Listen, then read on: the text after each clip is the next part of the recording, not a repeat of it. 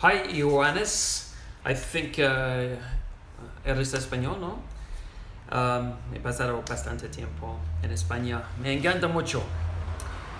Anyway, into your questions. So, you bought the C8 oil to complement your diet. So what I do is something similar to you. I don't follow specific macros. I don't count my macros. But what I do control for is my blood ketones. So I use a meter to track my blood ketones because that's the gold standard used in the studies and everything. And that way I can see if my diet's ketogenic or not. And that's the only real way to ascertain if something is ketogenic for you, because actually people can follow the same diet and not have the same outcome, which is something, I'm sure you're aware of as a scientist. You might like to do that just to see if you are following a ketogenic diet, even though you're not specifically following it, to understand which side of the metabolism you are on. Are you still on the glucose side, or are you more ketone driven now? It's just useful information to understand. Also, with the context of how you've been responding to the C8 MCT oil. So let me give you a little bit of background. There's two primary mechanisms associated with the C8 MCT where I look at to see what's going on with people. Both of these are covered in the research. The first is ketone production. So C8 MCT is the basically active MCT which produces the most ketones. So the studies show that 20 milliliter will give you on an empty stomach about 0.8 millimolar, and that will occur about 2.5 hours after you take it. So there's a curve as it goes into the bloodstream and down again. It takes about 5 hours to complete that, and the peak is around 2.5 hours in. The research on that is by Stephen Cunan, who looks at brain metabolism, and he's been looking at a lot of ketones lately to help with Alzheimer's patients and so on. So he's a guy to follow. Definitely look into his work. He's looked into other things like caffeine and how that raises the ketones and other. So he's got some interesting work. He presents some good stuff at conferences I go to. So I would definitely look him up. So that's his second name is Cunnane. He's looking at brain metabolism, cognitive effects, and stuff like that. There isn't, for me personally, there isn't a way to track the cognitive benefits. Unfortunately, I've tried with things like the Quantified Mind, which has a battery of tests and stuff, but I haven't been successfully done this.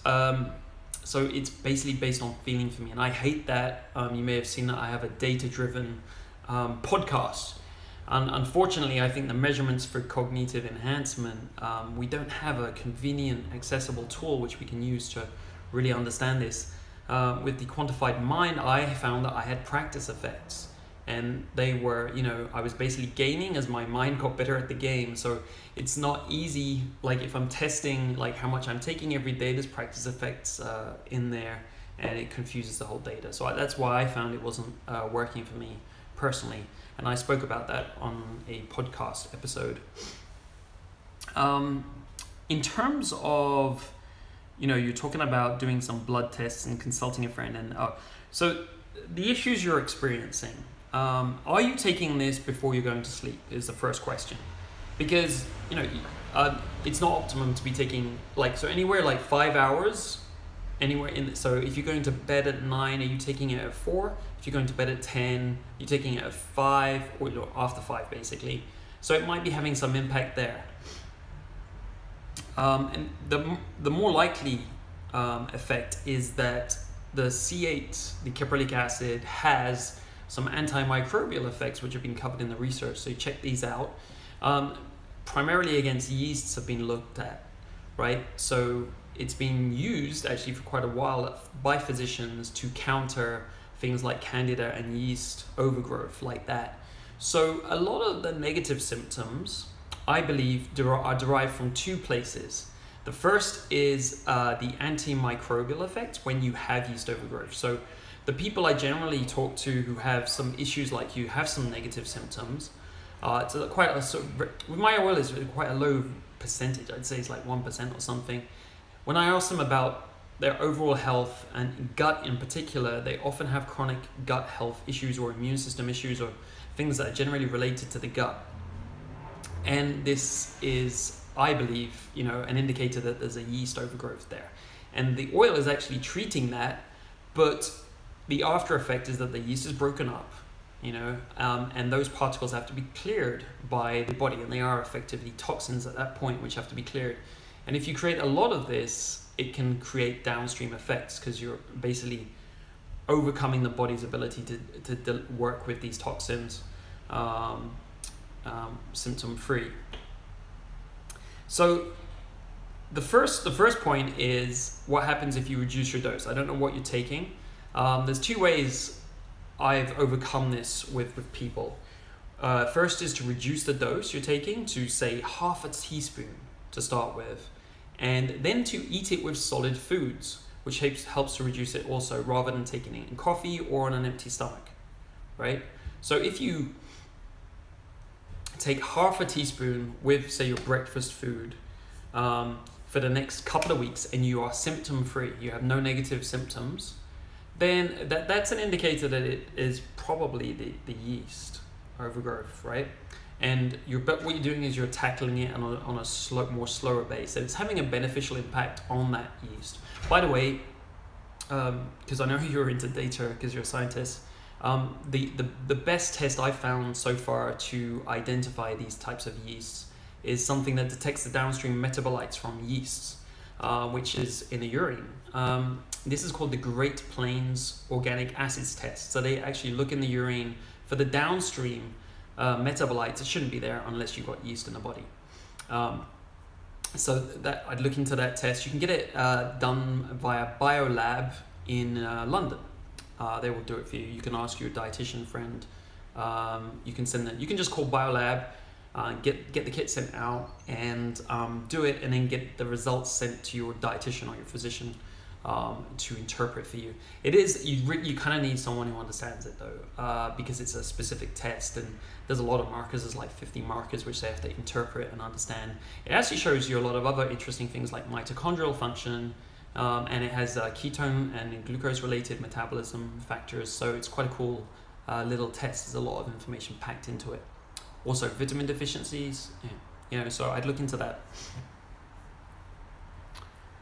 Let's see what else we got here. Right, so you're doing intermittent fasting with bulletproof coffee. And then once you've been symptom free with the oil for, say, for a week, 2 weeks, you can increase gradually your dose and eventually take it away from solid food. You could take it in your bulletproof coffee. You could take it on an empty stomach eventually. But it's all about this step-by-step process. So you're building up the amount you're taking so that the yeast is pushed down steadily, not all of a sudden, and you're not getting an outflow of toxins all in one go that your body has to then deal with. So that should work. That works for most people. The other area where people have experienced symptoms is loose stools and gut symptoms. And with my oil, people experience that a lot less. And I believe the reason is the purity of the oil. The oils on the market range from around 90% pure to 100%. And when I was looking for my oil, I was looking for the highest purity possible because I had an assumption that the gastric, the negative, the diarrhea, the loose stools and things like that were driven by some kind of impurity left in the oil, potentially solvent depending on how it was processed. I didn't really know what it was, but I seeked out that purity, and it seems to have eliminated that issue for most people, whereas other brands experience this. So we publish, for that reason I also published the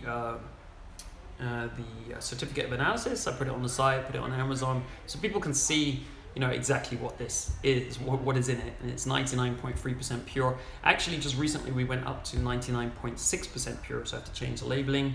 And so you might actually have one of the 99.6%, which means there's hardly anything, a tiny bit of water, not much left in there. To my knowledge, it's the highest purity in the world.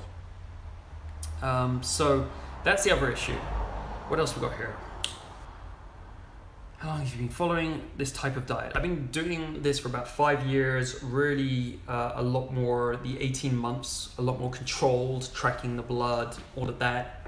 So I really, really understand it. I wear a continuous glucose monitor a lot of the time so that I can also see my blood glucose. Pretty neat device if you're into this. This is really, really useful because say you go to a restaurant, people don't know, but they spike food with stuff. I don't trust restaurants. Having had this thing for a while, I don't trust restaurants at all. I've seen so many blood glucose spikes and things in healthy restaurants and places like that. So I find this a spectacular device, and it also teaches you really about how your personal metabolism is for carbs and other things, and everyone's different. So it's really, really interesting. So, noticed any long-term health side effects? For me specifically, I'm suffering from very high levels of inflammation due to infections that I'm trying to clear. My immune system is creating some chronic inflammation. So the ketones have an anti-inflammatory effect. You can look into that. There's a guy called Dixit, Dixit, who has looked into the NLRP3 inflammasome and how ketones suppress that mechanism and thus suppress inflammation. So I'm using that to manage my inflammation on an ongoing basis. So it's had really good effects for reducing my symptoms and improving my cognitive effects. I think primarily due to reduced inflammation. My energy levels are much better. That's harder to track. But I basically have a health diary, and you can see where I used to be lying in bed and things like that. And now I'm pretty much a machine. I'm going. I can work hard, and then if I have glucose, or something sweet or something, I can see the effects here. I can see myself pop out of ketosis, and I feel the energy sap afterwards. So I try to stay in ketosis most of the day. So that's my personal story. Everyone's kind of got to tackle this from a personal level. What we've discovered through research from people like Eran Segal, he's on my podcast. He's done a great study on how our microbiomes influence how our body responds to glucose, how the glycemic response to foods, and it's very different. Let's see, weight loss after using, right? So weight loss is determined. Is basically from a mechanism whereby the C8 MCT turns into ketones, and the body, the ketones have a satiation effect. You can look this up for MCT oils in the research. In some of the studies, people will reduce their caloric intake by 500 calories without doing anything else apart from taking the MCT oil. So what I tell people to do for weight loss is to take the oil about 2 hours before they get cravings, carb cravings, or whatever hunger craving they kind of want to reduce because they don't think it's beneficial to themselves, or they have got fat to lose, and that should optimally reduce the carb craving. So this is these are the recommendations I give to people focused on weight loss, which I'm not sure is what you're looking for. The last thing I'd say is there's the best conference to look up for the information on this is Metabolic Therapeutics, which took place in Florida. I was there earlier this year. I'll be going every year because it's just astounding the number of researchers and everyone there. So if you look up that conference, there's loads of videos from the speakers, the scientists, and so on. There was a number of the guys I've mentioned on this call there. So that would be probably a good area for you to look up if you're gonna look into it more. So hopefully I've gone through and tackled most of what you were curious about and give you more direction and everything. And would love your feedback. Is there anything I've missed out? Is there anything I can address, or anything you're curious about? I can give you some more information on, some more leads to look into. The ketogenic diet and ketones have been really beneficial to me personally, changed my life, and got me back on track. So that is basically why I started this business. And for me, it's just great to get all the positive feedback from the people who are using this for such a variety of uses. And I'm going to be actually carrying out my own research into things I'm interested in through some of the new products we're going to be bringing out soon. Things like how do these affect different types of people? That's what I'm really interested in, because I've really learned that people respond differently to this, and you're just a prime example of that. And there are so many factors. So one of them I want to look into is insulin sensitivity. How does it affect how C8 MCT affects us? How a ketogenic diet affects us? How do genetics? How do epigenetics? And most of all, I think chronic health issues that we're not aware of affect these things that we've built up. I think chronic health is, things like infections, latent infections, and things that haven't been cleared up, or toxins like chemicals and metals. You can test for all of these in the blood and so on, and they're all in the research. And me personally, I've come back with high levels of these because I lived in China for a while, which wasn't a great idea. And I've had to work on removing these, and my health's got much better as a consequence. But all of these factors, there's so many factors that are coming in to create what a person is. We're extremely complex, and that's why I'm excited about the future of health tech and big data, to really decipher what's going on in each of us and give us personal recommendations.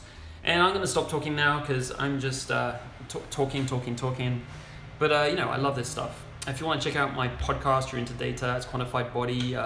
Love to hear your thoughts on it as well, because you're a scientist, and I did check you up, and you're into data as well. So love to hear your thoughts on it. Ioannis, I hope this has been helpful for you. Let me know if you've got other questions. I can point you in some new directions, or if there's any clarifications I can give to you. Hope you're having a great day.